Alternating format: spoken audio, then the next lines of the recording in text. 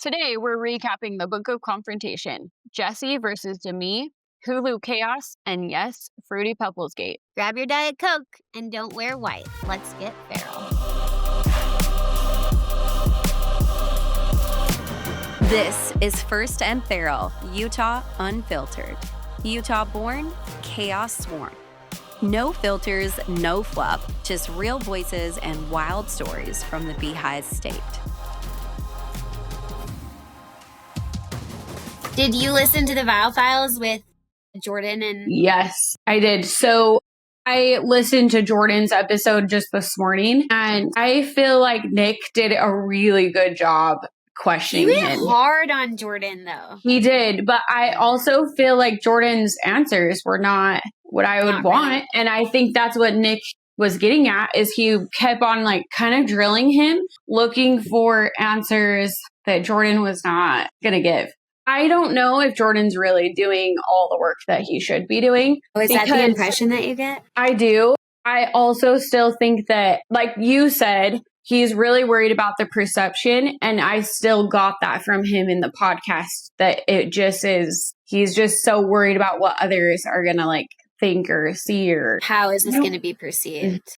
To Jordan's defense, they are still 100% in it, right? Like they're still... Yes. It's not like it's a pass, like, oh, you just get over it so quickly. So I do feel like they're in the middle of the work, which makes it hard for him to, like, maybe answer the way that we all wanted him to, right? Yeah. But it was hard to listen to, because it was like he wasn't taking accountability, and then also saying at the end of every sentence, but Jesse had an affair, like, but, which I also, again, to Jordan's defense,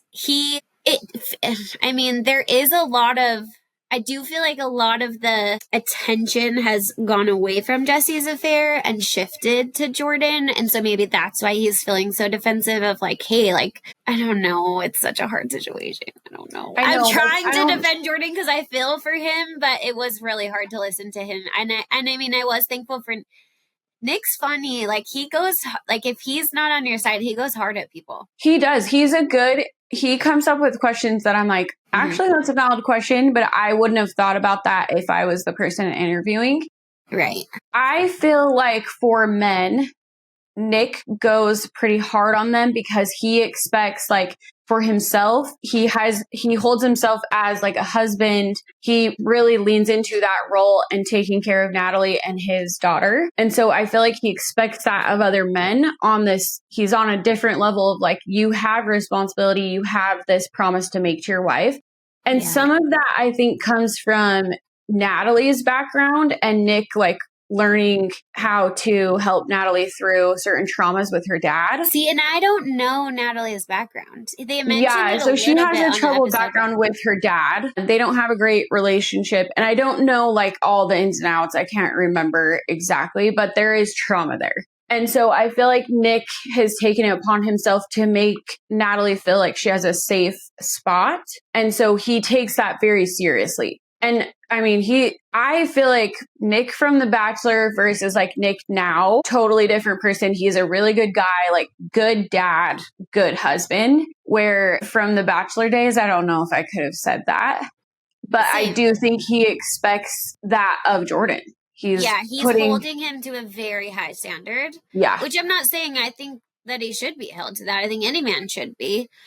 I think that's what makes Nick's podcast good, is that he asks those questions and really presses people, because that's what we all want to hear. Jordan's answers were a bit disappointing. I feel for Jesse too, because like, how do you work through it if he's not taking full accountability for things? Right. Where she absolutely is. Like she is. Said like, I shouldn't have done it. I should have left him before I did it. Or, you know what I'm saying? Like she is taking full accountability. I also, like I said, I feel like they're in the middle of it still. So it's hard. He's not there yet. You hope that he can get there, but. I know. And so I wrote down her last name, Naughty Cara. Naughty Cara, yeah. She did drop it because of how people were pronouncing it. It's a hard name. And if you actually look at the spelling, I wouldn't pronounce it Naughty Cara. Me neither. Yeah. So I do understand that on a level of like, okay, now she's in the spotlight. She is a public figure. So maybe changing it back to Draper, it's an easier flow. People can pronounce it and they know who she is. But I do think the timing was probably really hurtful for Jordan. I think Jordan says that in the podcast is like, well, the timing was unfortunate, but I also understand why she's doing it. In our last podcast, we kind of touched on her maiden name being Draper. And you were questioning like, hey, is Draper because of the city? And she did talk about that in her podcast, like part 1, that yes, her family like had something to do with founding Draper, Utah. So she thinks that's really cool too, to have that last name, which I would think is cool. I'd be proud of that for sure. Yeah, so I understand why she's doing it. The timing, probably isn't the greatest for sure. Though that episode was a good listen. I liked it a lot. Yeah, I thought it was interesting that Natalie pulled Jesse aside by herself without Nick in the room, because that does give a different. Yeah. Jesse might have been able to relax and talk to Natalie a little bit more from like being woman to woman. I felt like she was way more vulnerable than she would have been if Jordan was sitting next to her. Yeah. Because if you paid attention to when they brought them back together, her answers were very like guarded as far as like Jordan sitting next to me. You know what I'm saying? I felt like they were more guarded than when it was just her and Natalie. She was very vulnerable and answered them truthfully, it felt like. Yeah. Did you see Jesse's Instagram post this morning about the reunion clothing? Yeah. So I feel like Jessie is one that always has to like explain herself why she's doing something or why something's a certain way. She feels like she has to like justify her choices or what she's doing to the public. And maybe that comes from her feeling like she needs to be validated. I'm not sure. I got the impression that she shared that because she felt like she didn't look as good in the dress that she was kind of thrown together. So I felt like she didn't feel as confident in that dress. So then she felt the need to like hop on and be like, hey, this wasn't my first choice. This is why I chose that dress, which I thought she looked amazing. I don't know what her reunion dress is. The red one that she had originally chosen was like beautiful on her. The clip that she posted, I felt like showed you. Maybe we watched different clips. I missed the end of it because we jumped on our meeting. Oh, anyways, it showed the red. Yeah, so it shows the red dress that she had originally picked out. The one that kind of clashed with Stasia. Is that how she used to say her name? The host. It clashed with the host. And then it showed obviously the picture of her in the white. It's like white and like silver glitter. And I just felt like it maybe wasn't her favorite look. And so she had to explain herself. I don't know. It is funny though. Why does she feel like she has to be like, hey, last minute decision was made? Like, why does she feel like she needs that validation of like, this is why she's not in the best dress? Do you see what I'm saying? Nobody would have questioned it. Nobody would have questioned it at all. She looked beautiful.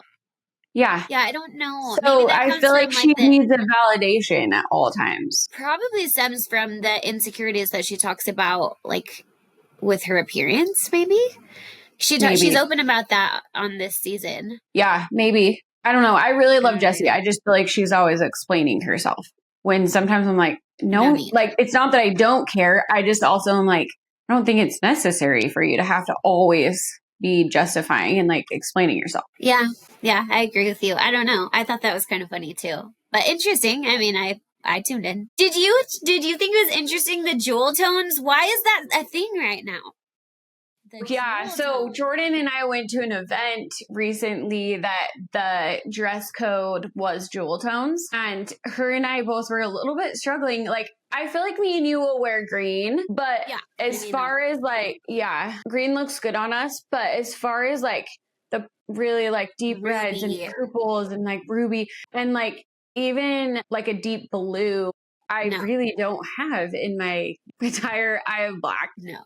Yeah, same. Yeah, I'm a very neutral girly. Like, I'm a neutral. I like a good neutral blacks, creams. I do like the green, the emerald green. But It was funny because the event that we went to, they gave us a dress code like a day before. So we had no time to go shopping. So me and Jess were like trying to figure out in our closet, like jewel tones. What jewel tones do we have? But then when Jesse announced that that was also the color scheme for the reunion, I was like, it must be like a popular thing right now, the jewel tones. I also think the jewel tones probably come across really pretty on TV though. Yeah. And holiday.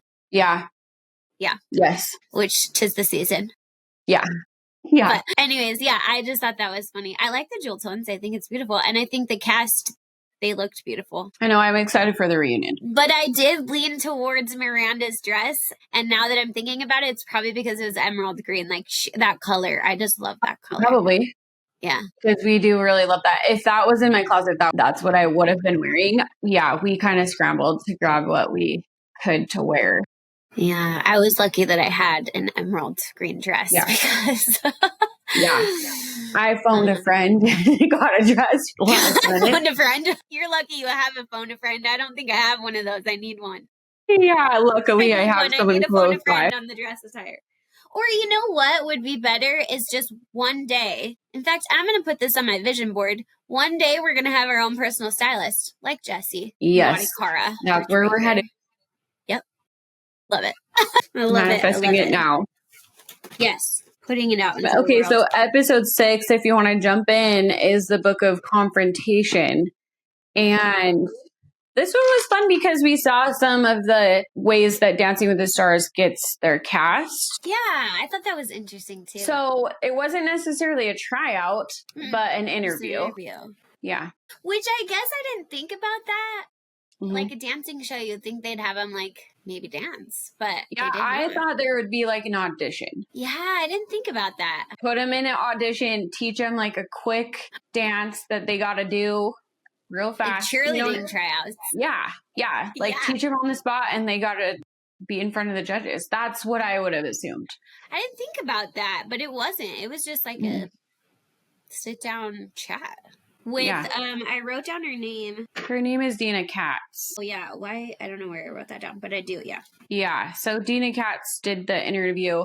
It was interesting to watch the girls because Jen, with no dance lessons, she just says, well, but I'm Latino. But I think what she meant by that is like, I grew up doing this salsa, but I have no formal training. Yes. But she did say, she just said it like that. Like, yeah, I'm Latino. So but I'm this. Yeah. And she's not wrong. I mean, Latinos can dance. Yeah, for sure.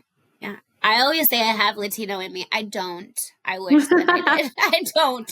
But I like to say that because they can dance. They can shake. Yeah, you can. You do love the salsa. So did you notice too that Macy and Michaela didn't interview? Do you think it's because where they're at in their pregnancies? Maybe because of when the casting was. Because Jen was pregnant, but so far along, she would have already had her baby. Where Macy and Michaela, no. Is she farther along than them, though? Yeah. Yeah, because remember when Jen found out she was pregnant in season 2, Macy and Michaela weren't pregnant yet. That's true. That's true. So it's got to be the timing of when they were having their babies that they just couldn't interview. Because they didn't interview, and then obviously Demi didn't, which I thought was interesting. Is that because she's not filming? Yeah, probably. I don't know. I didn't think about that. Demi did not interview. Okay, I wonder if she just didn't want to do Dancing with the Stars. Who wouldn't want that opportunity? I mean, yeah. I mean, I would at least try, right? Yeah. So I thought it was weird that those three weren't in there. The pregnancies make sense with Macy and Michaela, and then Demi, she's just on another level. Demi, I don't know. yeah. Yes. The episode starts with Macy. Well, first, like Dancing with the Stars tryouts, and like they were in LA doing like press and a few things. Yeah. But Macy is in her interview, and they say like, well, Whitney and Demi will be there, and she's just flipping off the cameras like, great. Is that this episode? No, I'm getting confused. Yeah. I felt like it was, maybe I'm not. And so Taylor is like super worried that they're staying in the same hotel. Remember, they show up at the same hotel. That's right. And they're like, watch it be the same, like you have the room next door. Yeah, which they didn't ever follow up on that, so it must have not been. No, but they do put Macy in a very uncomfortable situation with the glam, which we can get into in a minute. So the girls go to a dinner right before, because they're like, we felt like we just needed a dinner before all the chaos starts. The dinner made me laugh. The Caesar head with the Caesar salad. Yeah. It reminded me of do you remember when we were in Vegas and the dinner got served to us literally in an old shoe? Do you remember that? And we were like, where are we? What is happening? I don't even think we ate. I think we paid a ton of money for this dinner. We didn't end up eating it because we were like grossed out. And then we went and bought like a very expensive pizza that was damn good. It was very good. Yeah. And that dinner that we ate, we didn't eat. And we waited forever to be seated. And then our food came out literally in a shoe. And it was not like a new shoe. It was like a dirty No, it was like shoe. a gross sneaker that looked like someone had already worn it around. Yeah. And then our food was in it. Yeah. And you paid a good amount of money. Someone told us that this restaurant was good. Who was that? Tony. I think it was Tony. It was Tony. Tony, we're calling you out. Never trust Tony. Yes.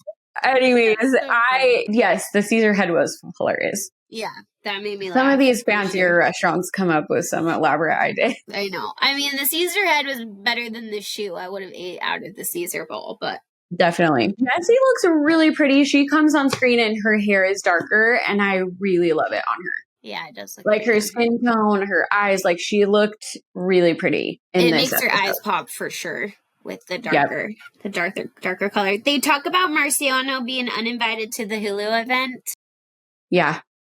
Because why do you think that is, though? Do you think Hulu didn't want the drama, or Hulu's trying to decide if he's like a sex predator? Like, I think what is it? Like they were like investigating, like if he really did sexually assault her, they can't employ him. So I think that's what they were doing. Sad. Yeah, sad. Yeah. Yeah. Demi, this episode had footage of Demi admitting to Brett in the car that she was flirting with Marciano, that Marciano had kissed her on the cheek, that, you know, there was definitely like her playing up to Marciano being interested. And then like, Demi's story is very confusing for me. I don't fully understand why she is, like, what happened? Why does she say he's a sex predator? So I think as the episode goes on, we can get into it a little bit longer, but I think that she's thinking I think she's claiming that he grabbed her ass and that's assault, which it is if it's unmerited, right? Like, there's no reason that someone should do that, especially if you're not asking for it. Mm-hmm. But from Marciano's side, it sounds like she was giving him the impression that she was in an open marriage. I think that's where this whole situation gets tricky. And Todd and I actually had a conversation about it because he was like, yeah, there's no way, like, that's not assault. I think she's lying. And I was like, I'm not, like, let's, like, take away the Demi situation. I'm like, do you feel like if somebody, like, say you were, because I still think assault could happen even if you were like 30 and whatever in the beginning, and then they cross a line when you're telling them no, like that is assault. Like, I still think it could happen even if you're 30 in the beginning. So I think that's where it's hard for the girls, because all of Demi's actions contradict sexual assault. But how do you, when she's claiming like the victim shaming, how do you argue that? You know what I'm saying? Like, you can't, because like also in the same like sentence, can you say like, oh, a lady was wearing a short skirt, so it merits her getting raped? Like, you know what I'm saying? Like, you can't even though she's flirty, it doesn't mean that Marciano's okay to do that. Yeah, I agree with you. I do think that she's blowing it up. I do. That's my own personal opinion. I'm not trying to shame her. Yeah. But if you look at... I think what also plays into this was the Chase situation, how she blew that up. How she was like, Chase shoved me. He shoves me. And the clip is him, like, touching her. So I'm like, I feel like she is exaggerating it. And I feel like she's exaggerating it to take blame off of her doing something she shouldn't have been doing. Agreed. I feel like it's because she's scared Brett. Yeah, I think so, too. So she, I mean, in a manipulative way, it's a good way to get around it, right? Because who's going to argue that you weren't actually assaulted? How do you You want to believe women. You want to. But then it's also frustrating because she's hurting the people that are actually in a victim situation. She's hurting those women that are actually in those situations. Right. And that's where Macy is feeling like, okay, you're comparing my situation or Michaela's situation to yours, and it doesn't even compare, right? All of them are victims, if that's what you want to claim to me. But the level of comparing is not even close to the same. No. So and I understand why Macy and Michaela are offended. Yeah, I do too. Yeah. Yeah. Yeah. I thought it was interesting when Jesse was talking to Demi. Somehow, who tells Demi that they did a polygraph test? Macy and Glam, I think. Okay, yeah, I think so. So she was like shocked, like, what? Her reaction. And I was like, okay, that's totally like you acting. Like, I just felt like that was a very exaggerated shock that I was I wrote that too. I actually wrote, let me see, Demi's face when she hears the lie detector was very telling. Yeah, I just felt off by it that she was totally like acting. Same. I felt the same way. So to kind of back up though, Macy, so do you feel like it was production that put Macy and Whitney and Demi this close to each other for Glam? Like, I felt so bad for me. Yeah, I was like, I mean, probably the best person you could have put in that situation, but like out of the choices.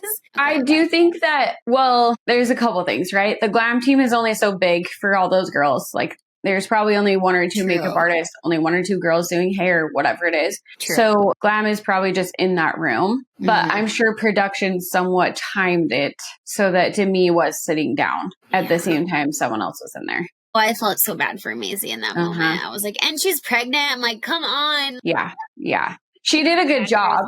She did a good job because she didn't like come unglued and she just kind of like held her own. Yeah. So there is a clip though of Demi saying she's back to filming and she's back because she wants to tell the truth. But she also talks about not feeling valued in the group, which I thought was interesting. I thought that was interesting that she was like, I'm back to filming. I'm like, of course you are. It's not because she wants to tell the truth. She needs the money. That's what I think. Yeah. Well, and like, look at all the opportunities it's bringing them. You know, which to Whitney's credit, again, at least Whitney just comes back and is like, yeah, I'm here for the opportunities. Like, at least she's admitting it. Like, Demi could say the same. Yes. You know? Yes. Jen really feels like Demi using the word victim as an excuse. Jen was at the Vanderpump Villa she was there during filming. And so Jen has a very different view because she saw Demi be flirtatious. She saw Demi like touching his leg and like she has a different take on it because she was there in person. Yeah. Which I think is telling. Did you know Michaela was there at the Vanderpump Villa? I didn't either, and they don't touch on it in the show. The only reason I found that out is because I just barely this morning started listening to a podcast with Marciano on it, just because I was interested to hear what he had to say. And he said it was Jen, Jesse, Demi, and maybe someone else, but Michaela stood out to me because I was like, what? Michaela was there. She's not been very outspoken about it, where Jen has been like, no, I saw what was going down. Yeah, no, I haven't. I don't really know that much about Vanderpump Villa. I still need to watch that. Yeah, me too. Michaela, though, do you feel like she's not outspoken about it because she has like so much trauma from that? Maybe it probably just makes her angry. Yeah, I don't know. I'm not sure. Did you notice though? Okay, so they go get in the van to go to their event for Hulu. Taylor walks to the van barefoot and she gets in the van and like she's just kind of disheveled. Taylor is at all times, I feel like. She's not on time. One of the many reasons we love her. Yes. So she gets in the van barefoot, holding her shoes and like all the things. And then she sits down and the girls are talking about Demi and Macy just had to sit next to her in Glam. Taylor's doing her own makeup in the van. She has a palette and she's doing her makeup. And I was like, why wasn't she in Glam? It looked like she got herself ready. Maybe she's particular. Because I am not, I do not like people doing my makeup. I love you doing my makeup. I trust you to do my makeup, but you're like really the only one. Maybe she's weird about it. We'll have to pay attention to that. If you noticed in the other season or the other episode 2, that we'll get into episode 7, she does talk about how going to Stagecoach, all the other girls had time to get glammed up and she's doing her own makeup again. And how but she She didn't get time because she's the leader and she was down like having conversations with Whitney. Yeah. Yeah. Yeah. So, but I'm also like, where's her glam team? Maybe she doesn't have one. Oh, I'm not sure. I was like, why is she doing her own makeup? Also, I mean, she still is beautiful. Yeah, of course. She always does. Yeah. Also talking about the makeup, like in the glam session, they talked about doing the body makeup to make their arms match like their chest, which like I'm sure you as a makeup artist are like, yeah, they do body makeup all the time. That was shocking to me. I was like, wait, what? They're doing their body? Yeah. So like, haven't you seen the makeup? There's like tons of makeup. Kim Kardashian has a line of body makeup and the brush is kind of like rounded and then really flat and like dense. The bristles are probably only this big.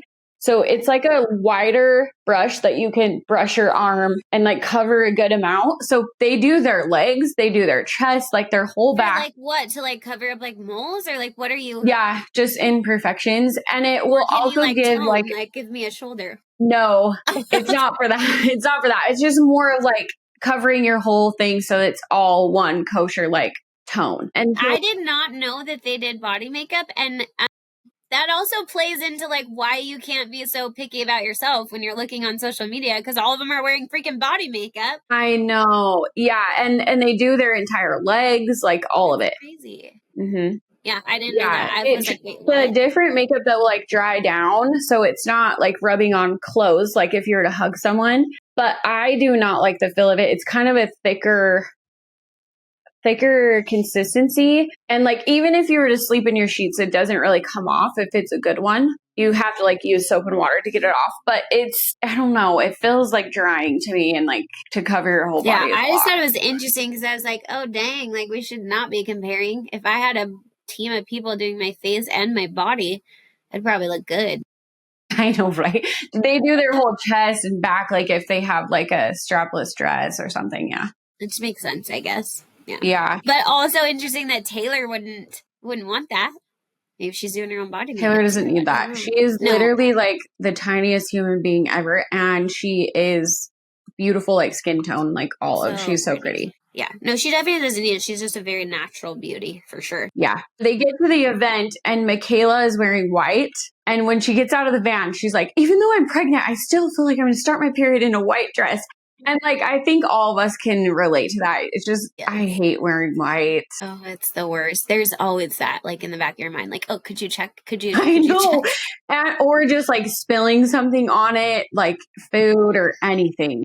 Reminds me of that reel that I sent you a few months ago where the girls are like, could you check? And they're like leaning over to like, will you check me? Make sure.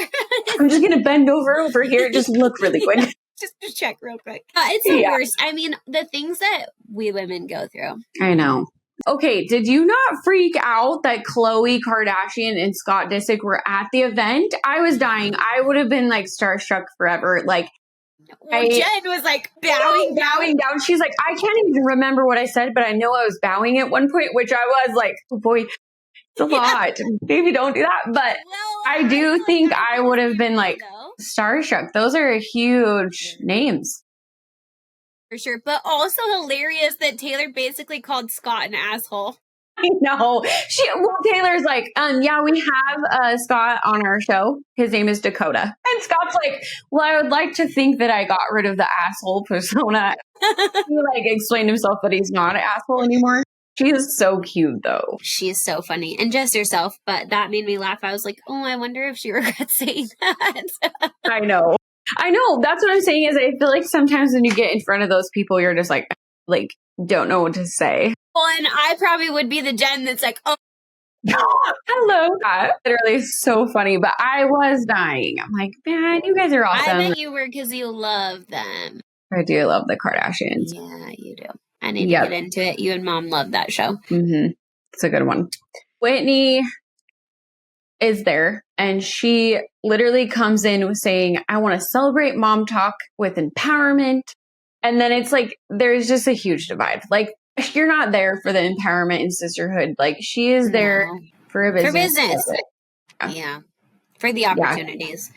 She's very confident. Yeah. And then after we didn't talk about this, but after the Dancing with the Stars interview, how Whitney's like 11 out of 10. I score myself 11 out of 10. Yes. I was like, I mean, her interview. Yeah. So funny. Because, I mean, she must have done well. She got it. She did, but I think she completely got it because she's controversial. Is that how I say it? Yeah.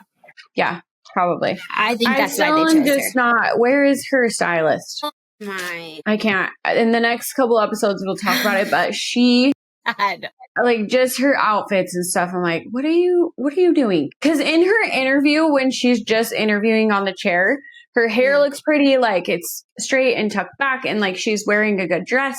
So is it the green? Is she in like a green dress? I don't know what color. Oh, it might be green, but her hair is like tucked on both sides, back, and then it's like down her back, and she looks beautiful. Yeah. When she shows up to the houses and like to these events, I'm like, where's your glam? Do you think at the events? Well, yeah, I guess if the event is big enough, they probably have like a glam team. But maybe Whitney doesn't because she left the show and then coming back. I don't know. That could be too. I don't know. I'm not sure. Like her stylist needs to be fired. Yeah, like she does not look great. No, and I don't want to be rude because I feel like Whitney has done a lot of work on herself, and like from season 1 to now, Whitney is completely different. Watching her on Dancing with the Stars, a completely different person. Yes. Yeah, and she looks beautiful. Yeah. These episodes, not so much. No. Marciano's ex, Hannah, is there. That was interesting. Yeah, I thought that was interesting. Let's see. And she is not on Demi's side. She's like, look, Marciano is an asshole, but he's not a sexual predator. She agrees with Jesse. She also talks about Demi saying she wants to divorce her husband. Hannah is claiming that Demi said that. Oh, I didn't hear that. Yeah, that Demi admits, or I guess I should say Marciano told Hannah that Demi was like all over him, very flirty, and says she wants to divorce her husband. Which I was like, whoa. She did say that. Yeah, she did say that. And which coming from Marciano, like, who knows, but. No, why does he have to lie? Because the lies with Jesse, and then like it's hard to tell where Demi is telling the truth because I also don't fully trust Marciano. No, I definitely don't trust Marciano. They are getting ready to go to Stagecoach, and Miranda has a friendship with Whitney still, and the girls are kind of questioning that. No, what about the conversation between Demi and Hannah? That was interesting. Oh, I don't remember that conversation. Demi and Hannah? Yeah, Hannah basically goes up to Demi and starts having a conversation with her and says, like, you should drop the sexual predator. Like, we both know that he's not a sexual predator. And Demi was like, absolutely not. Remember? And then the other girls were, like, watching Demi have the conversation with Hannah, and Jesse was like, they're talking about me. Like, I can tell that they're talking about me. And then remember, Demi, like, kisses Hannah to show her, like, it was just a kiss on the cheek. Do you not remember any of this? No. Yeah, so Demi and Hannah have a conversation, and Hannah's trying to get to the bottom of it, and she basically says, like, drop the sexual predator. We both know he's not a sexual predator. And Demi's response was like, absolutely not. Like, he is. And then Demi, like, shows her, I don't know. Anyways, the girl, but. It's at the Hulu event. Yeah. So, and Hannah and her are like, throwing up arms, and then you see Jesse and the other girls on the other side saying, like, clearly she's talking about me because of her body language. Yeah. And so Jesse's trying to guess what she's saying. Yeah. Yeah. I did see that. But Demi is very defensive and, like, totally standing her ground that she was assaulted. And Whitney's right there, just right there by her side. Yeah. Yeah. And then at the end of that conversation is when Jesse goes up to tell Hannah goodbye. And then Jesse looks at Demi and says, we should probably have a conversation. And Demi was like, let's do it. Because Jesse kept saying, like, this is a Hulu event. This is a big deal. There's a lot of people here. I don't want this to happen at this event because of how the Hydro Jug event went down. She was like, I don't want to, like, there's a lot of people here, a lot of opportunity. I don't want that to, like, have them be like, we're not inviting these crazy Mormon girls again. Well, no, because, like, can you imagine? I think Jesse handled it well. All she said was, like, Demi, we need to have a conversation maybe tomorrow. And Demi was like, let's do it. Yeah. So, yeah. I do think Jesse handled it well. Call, though, because the last event went very bad. Like, Like both of them were not in a good light. So, which luckily that was like more of a local, I mean, Hydrodrug's huge, but it was more of a local, like they're Hydrodrug's from Utah. So this is like it's not like a local event, not like Hulu. Not Kardashians. Yeah. Yes. Yeah. Can you imagine? No.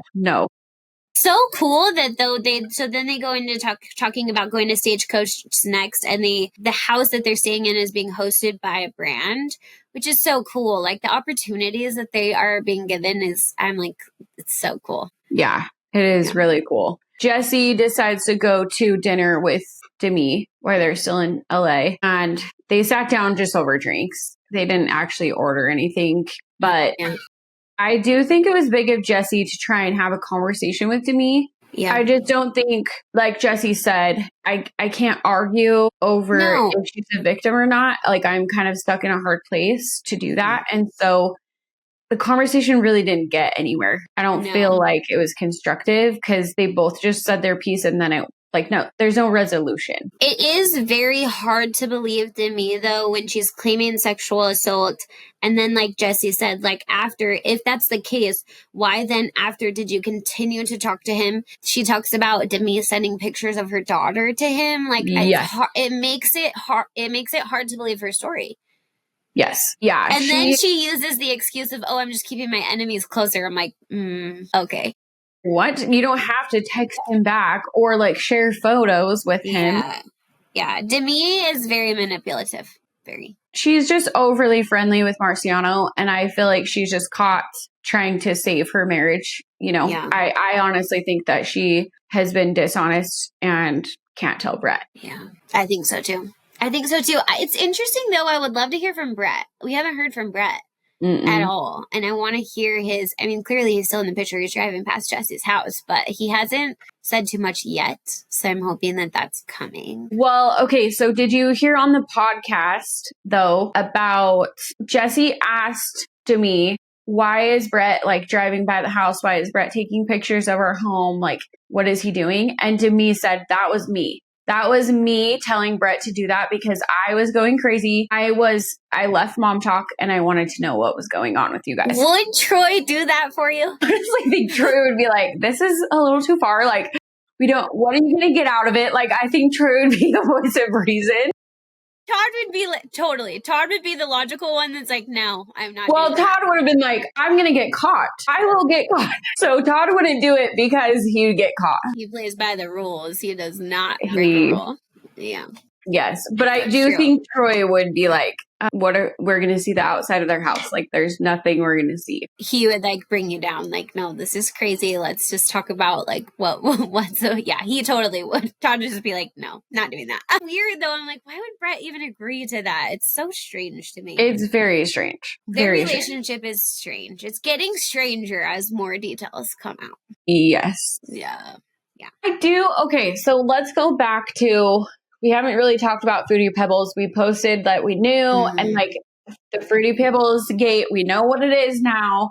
Yeah. And there's a lot there. I do feel bad for Brett because people have fetishes and like power to you. Like whatever goes on in your bedroom, as long as you're both like consenting to that and you feel safe and happy, then I don't really care what you're doing. I felt a little that way too. I had those thoughts of like, poor Brett. Yeah, because I'm like, Demi, why did you go to your friends and feel like it was okay to talk about if that's what his fetish is? It's disrespectful. It is. Know? Yeah, I feel like so too. That even if she felt like her friends were safe, I just don't think that's a conversation you have with anyone. No. It should be between you and your spouse. And so I do feel bad for him. But it seems like they're embracing it and making money off of it. I kind of want to go back to episode 1, though, and watch season 1. The episode that they talk about Fruity Pebbles, they don't tell us what it is in season 1. They just talk about it. But there's also a scene of like, I think it's Whitney standing over one of the girls and like pretending like. Yeah. And so I thought like, I don't know. I'm not sure how that, I don't know how that works out for people. But okay. So there's also people talking that, hey, this is something they have built up, knowing that if they had something that would keep people guessing and questioning and talking about, they could earn money off of it. And so this is all a made up thing. But is it Brett and I think Brett and Demi would be in on it. Yeah. Right? Because they're all monopolizing off this. All of them. So this something that's made a up? question that we should all ask ourselves of like, how far are you willing to go? Would you be willing to make up something like that? And for like how much money? They can't be getting that much. I don't know what that looks like. I don't know. I don't know either. I don't know what amount of money I would. Well, but also, like, does Brett care? Because if him and Demi know the truth, or like, does he care what the world thinks? And that's a good point.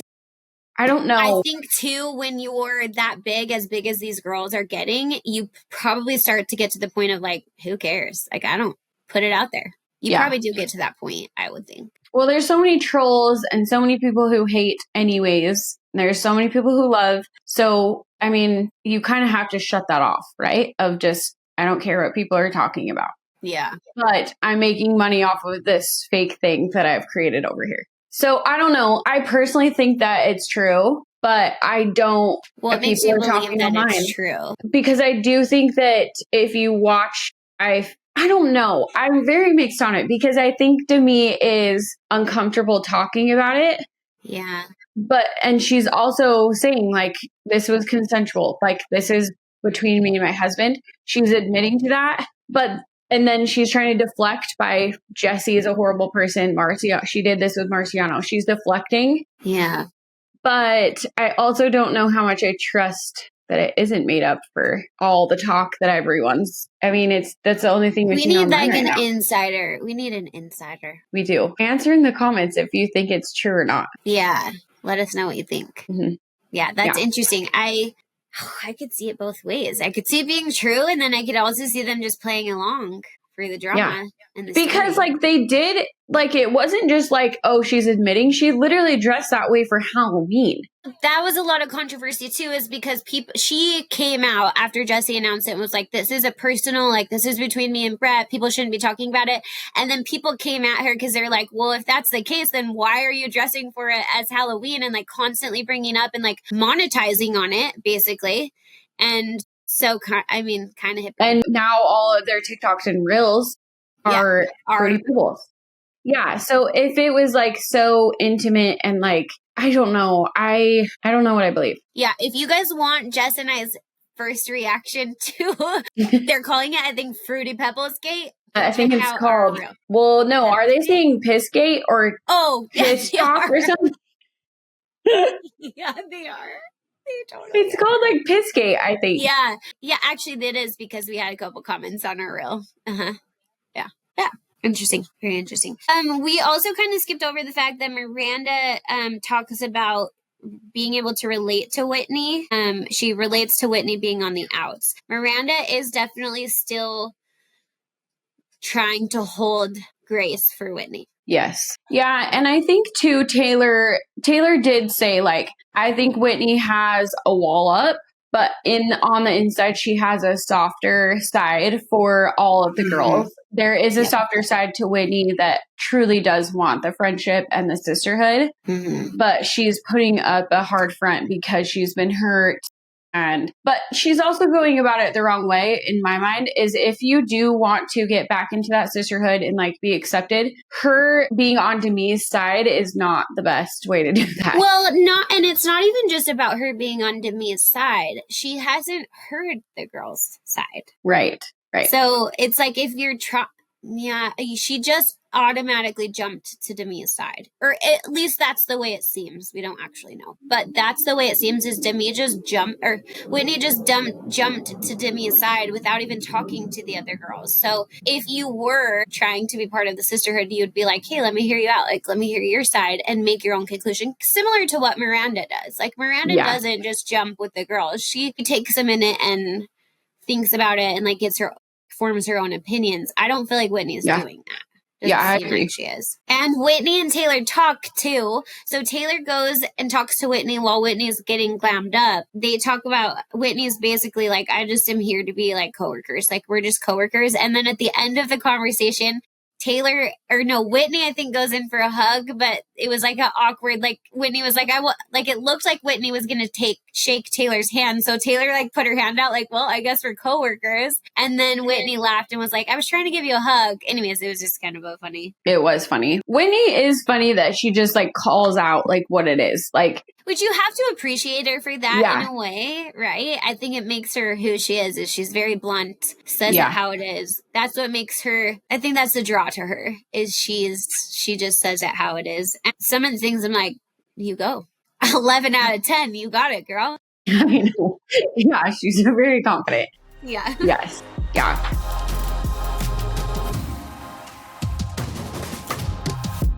Before you go, just know things blow up next episode. Friendships questioned, alliances shifting, and a very awkward confrontation. We'll spill all the Utah tea next week. Don't miss it. Episodes drop every Tuesday. Thanks for listening to First and Feral, Utah Unfiltered. Don't forget to like, subscribe, and stay a little feral.